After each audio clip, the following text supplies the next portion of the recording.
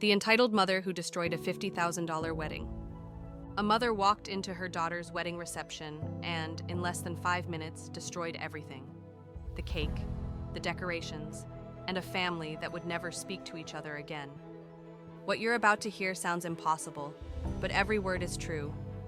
This is the story of how one entitled parent ruined the most important day of someone's life and faced consequences she never saw coming. This story was posted to Reddit's r/entitledparents by a user I'll call Sarah. Sarah isn't the bride in this story. She's the bride's best friend and maid of honor. And from her front row seat, she witnessed the most jaw-dropping display of entitlement she'd ever seen. Let me set the scene for you. The bride, Emma, had been planning her dream wedding for 2 years. 2 years. This wasn't just any wedding, this was the wedding. Emma and her fiancé, David, had saved every penny. They'd worked overtime, cut back on everything, and poured their hearts into creating one perfect day. The venue? A gorgeous historic estate with gardens that looked like they belonged in a fairy tale. The guest list? 150 people. The budget? Nearly $50,000. For Emma, who'd grown up without much money, this wedding represented everything she'd worked for. But there was one problem lurking in the background. Emma's mother-in-law-to-be, let's call her Carol. From the moment David proposed, Carol made it clear that she was not happy. She didn't think Emma was good enough for her precious son. Emma didn't come from money. Emma didn't have the right connections. Emma didn't dress the way Carol thought she should. The complaints never stopped. But here's where it gets interesting. David shut his mother down, every single time. He told Carol that Emma was the woman he loved, and if she couldn't be respectful, she wouldn't be welcome at the wedding.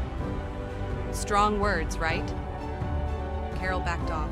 She apologized. She said all the right things. She promised to be on her best behavior. Emma, being the kind-hearted person she is, believed her. She sent Carol an invitation. She even asked Carol to help with some of the planning. An olive branch, a chance to build their relationship. Carol smiled and said she'd be honored, but Sarah, our narrator, didn't trust Carol for a second. She'd seen the way Carol looked at Emma when she thought no one was watching. She'd overheard the whispered comments to other family members. Something felt off. Still, Emma wanted to believe the best in people. The invitations went out. The plans moved forward. And Carol was the picture of politeness, right up until the wedding day. The wedding day arrived, Saturday, June 15th. Perfect weather, clear skies. Everything was going exactly according to plan. Sarah arrived at the venue early, 6 a.m., to help Emma get ready. The photographer was there capturing every moment. Emma's bridesmaids were buzzing with excitement. Hair and makeup artists worked their magic. Emma looked absolutely stunning. Her dress was this gorgeous lace gown with intricate beading that caught the light every time she moved. She'd found it at a vintage boutique and had it perfectly tailored. She looked like a princess. The ceremony was at 4 p.m. Everything was perfect. Well, almost everything. Because at 2:30 p.m., Carol showed up at the bridal suite. And she wasn't alone.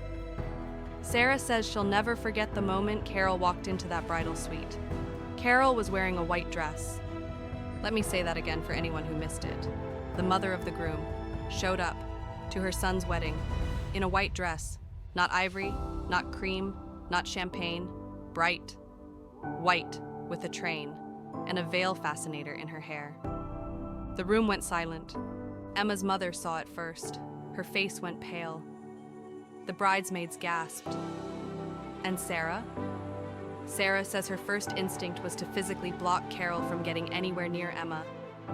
But before anyone could say anything, Carol smiled sweetly and said, "I hope no one minds. I just thought it would be nice for David's mother to look her best. After all, I'm the most important woman in his life." The most important woman in his life? Emma's hands started shaking. Her makeup artist immediately grabbed her shoulders and told her to breathe. They couldn't have the bride crying and ruining her makeup 2 hours before the ceremony. Sarah made an executive decision. She pulled Carol into the hallway and very calmly, much calmer than I would have been, explained that wearing white to a wedding is incredibly disrespectful. She asked Carol if she'd brought another dress. Carol looked her dead in the eye and said no. "This dress cost me $2,000, Carol said. "I'm not changing." Here's what Sarah did next, and honestly, this is where I started respecting her even more. She called David. Now David was getting ready with his groomsmen at a hotel a few miles away. When he answered the phone and Sarah told him what was happening, she said she could practically hear him turn red through the phone. David told Sarah to keep his mother away from Emma, and he'd handle it. 20 minutes later, David showed up at the bridal venue, still in his getting ready clothes, found his mother in the lobby, and had what Sarah describes as the most intense whisper argument she'd ever witnessed. Sarah couldn't hear everything they were saying, but she heard enough.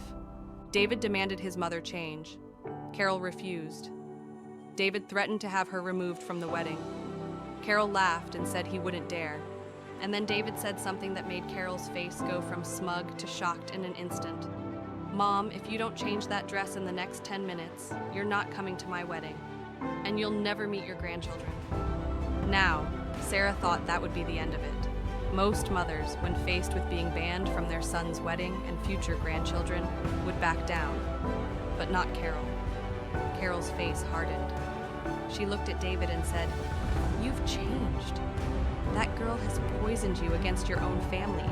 You're making a huge mistake marrying her, and one day you'll realize it. When that day comes, don't come crying to me." And then she walked out. She left the venue, got in her car, and drove away. David stood there for a moment, and Sarah says she saw his shoulders slump like all the energy had drained out of him. But then he straightened up, took a deep breath, and went to find Emma. He told her what happened. He apologized for his mother. He promised her that nothing would ruin their day. Emma hugged him and told him she loved him, that they'd get through it together. And for a few hours, it seemed like everything would be okay. The ceremony was beautiful. Emma walked down the aisle to an acoustic guitar version of 1,000 Years. David cried when he saw her. The vows were personal and heartfelt. Everyone in the audience was tearing up. The ceremony ended with cheers and applause. The photographer captured every moment. Emma and David were married, and they were radiantly happy. The cocktail hour was perfect. The reception hall looked like something out of a magazine. String lights everywhere, flowers cascading from every table, and a 5-tier wedding cake that had taken the baker 3 days to create. Everything was perfect. And then, just as the DJ announced it was time for the bride and groom's first dance, Carol walked in. Sarah says the energy in the room changed instantly. Carol wasn't alone. She'd brought 5 people with her, relatives from David's side who apparently hadn't been invited because of previous drama. And Carol was drunk. Not tipsy, not a little buzzed. Drunk. She stumbled into the reception hall during Emma and David's first dance, and in a voice loud enough for everyone to hear, she shouted, "Stop the music!" The DJ, confused, actually stopped the music. Emma and David froze mid-dance. Every single person in that room turned to look at Carol. Sarah started moving toward her immediately. She knew this was about to go bad, but Carol was faster. "I have something to say," Carol announced, weaving slightly as she walked toward the center of the room. "Something everyone needs to hear." David tried to intercept her. "Mom, you need to leave, now." But Carol pushed past him, actually pushed him, and grabbed a microphone from the DJ booth. What happened next, Sarah says, felt like it happened in slow motion and at warp speed, all at the same time. Carol tapped the microphone. That awful feedback screech echoed through the room. And then she began what she clearly thought was going to be some kind of speech. "I want everyone here to know," Carol slurred into the microphone, "that this marriage is a mistake. Emma trapped my son. She got pregnant on purpose to lock him down. She's a gold digger who..." Emma wasn't pregnant. Carol was literally making things up. The room erupted. Emma's family started shouting at Carol to get out. David lunged for the microphone. His father, who'd been sitting quietly until this moment, stood up and started toward his wife with a look of pure fury. But Carol wasn't done. She yanked the microphone away from David and screamed, "You're all being fooled! This girl is nothing! She comes from nothing! She'll never be good enough for my son. And then, and Sarah swears this is true, Carol stumbled backward, knocked into a table, and sent an entire bottle of red wine flying through the air. The wine arced across the room in what Sarah describes as almost cinematic slow motion and landed directly on Emma's wedding dress. Dark red wine, all over the front of Emma's pristine white lace gown. Emma looked down at her dress, then up at Carol, and Sarah says she saw something change in Emma's eyes, like a switch flipping from shock to pure cold fury. But before Emma could say anything, Carol, still holding the microphone, apparently not even registering what she'd just done, continued her rampage. She pointed at the 5-tier wedding cake on the display table and said, "And another thing." David's father reached Carol first. He grabbed the microphone from her hands, handed it to a groomsman, and hissed something at Carol that made her face go red. But the damage was done. Emma's dress was ruined. The reception was in chaos. Guests were standing, arguing, some trying to leave, others filming on their phones. Sarah grabbed Emma and ushered her toward the bridal suite. Emma was in shock, not crying, just staring ahead with this blank expression. The other bridesmaids surrounded them, trying to shield Emma from everyone's stares. Meanwhile, in the reception hall, David and his father were attempting to physically remove Carol from the venue. She was screaming, still drunk, still insisting she'd done nothing wrong. And then, because apparently this nightmare could get worse, one of the uninvited relatives Carol had brought with her decided to join in. This woman, David's aunt, started yelling at Emma's parents. She called Emma's mother a series of names I absolutely cannot repeat here. She accused Emma's family of being low class and trashy. But Emma's brother, a college football player built like a linebacker, stepped between his mother and David's aunt and very calmly said, "You need to leave. Now." David's aunt made the mistake of pushing him. The venue security got involved, and when Carol refused to leave and started trying to physically fight the security guards, yes, really, someone called the police. The police showed up at Emma and David's wedding reception. By this point, Sarah had Emma in the bridal suite. Emma still hadn't cried. She was beyond tears, in that place where you're so upset that you just go numb. Her dress was destroyed. Her reception was in shambles. Her wedding day was ruined. The other bridesmaids were trying desperately to salvage the dress, dabbing at the wine stains with club soda, but it was hopeless. The red wine had seeped into the intricate lace, and the beading made it impossible to really clean. Sarah made a decision. She had a backup plan. See, Sarah had been worried something might happen, not this, obviously, but something. So she'd brought a white cocktail dress that Emma could potentially change into if needed. It wasn't a wedding dress, but it was elegant, and it was white. She presented it to Emma and said, "We're not letting her win. You're going back out there, you're going to dance with your husband, and you're going to have the celebration you deserve." Emma, still in shock, just nodded. Meanwhile, back in the reception hall, the police had arrived. Carol was still screaming about how she was being persecuted, how everyone was overreacting, how she'd done nothing wrong. The officers took statements from multiple witnesses. The venue manager provided video footage from security cameras, and David's father, who'd apparently reached his absolute breaking point, told the officers he wanted to press charges for trespassing, harassment, and destruction of property. Carol was actually arrested, at her son's wedding for causing a massive disturbance. The uninvited relatives were also removed from the property and banned from returning. As Carol was being escorted out in handcuffs, still yelling, still insisting she'd done nothing wrong, David watched from the doorway. Sarah says his face was completely blank, like he couldn't process what was happening. His mother, arrested, at his wedding. The reception hall, which had been so beautiful an hour ago, now looked like a disaster zone. Tables were overturned, decorations were broken, the mood was completely shattered. But then Emma walked back in. She'd changed into the white cocktail dress. Her hair was fixed. Her makeup was touched up.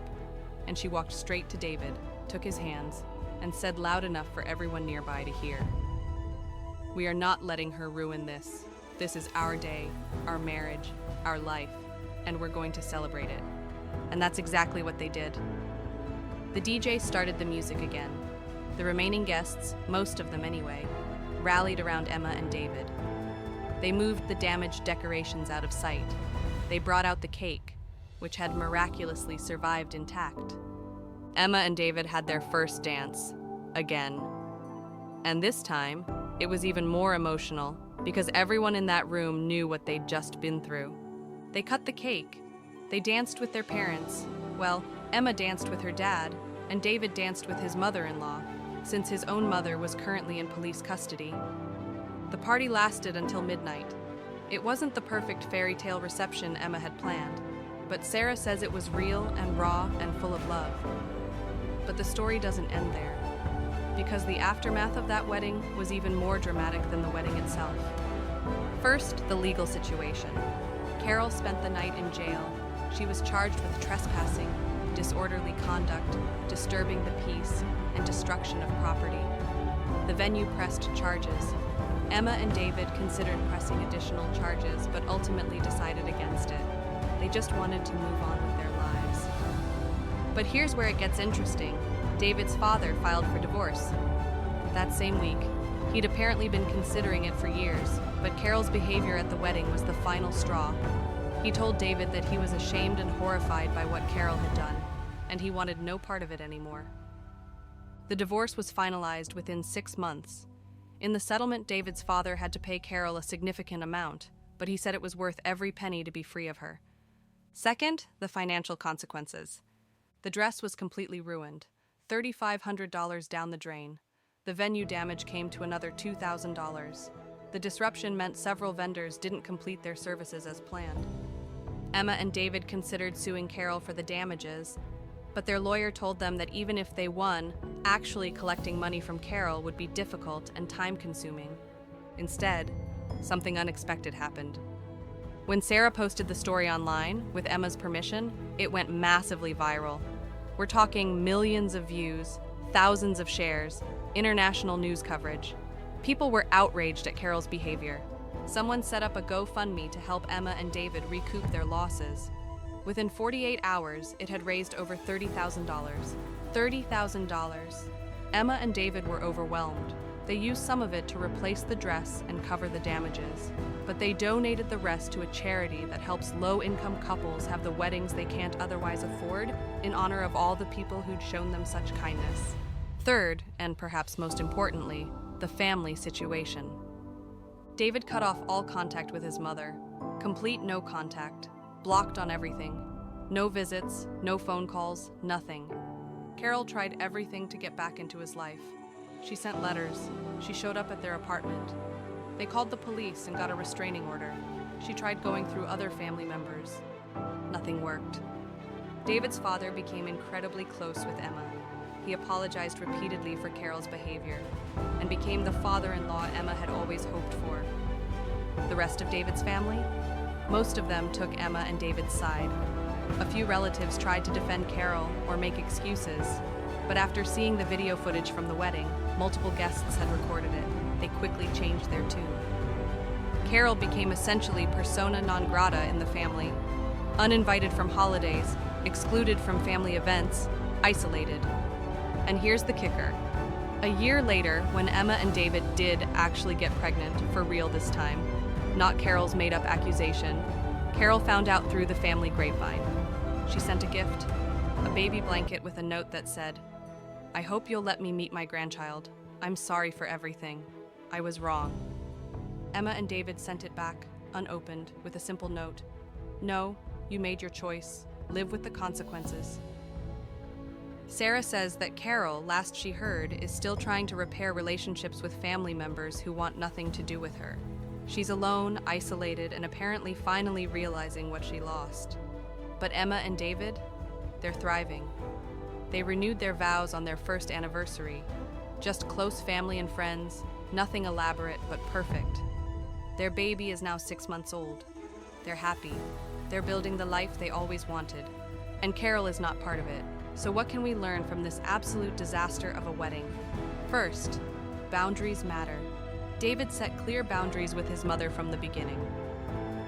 When she violated them, he followed through on his consequences. That's not easy when it's your own parent, but it's necessary.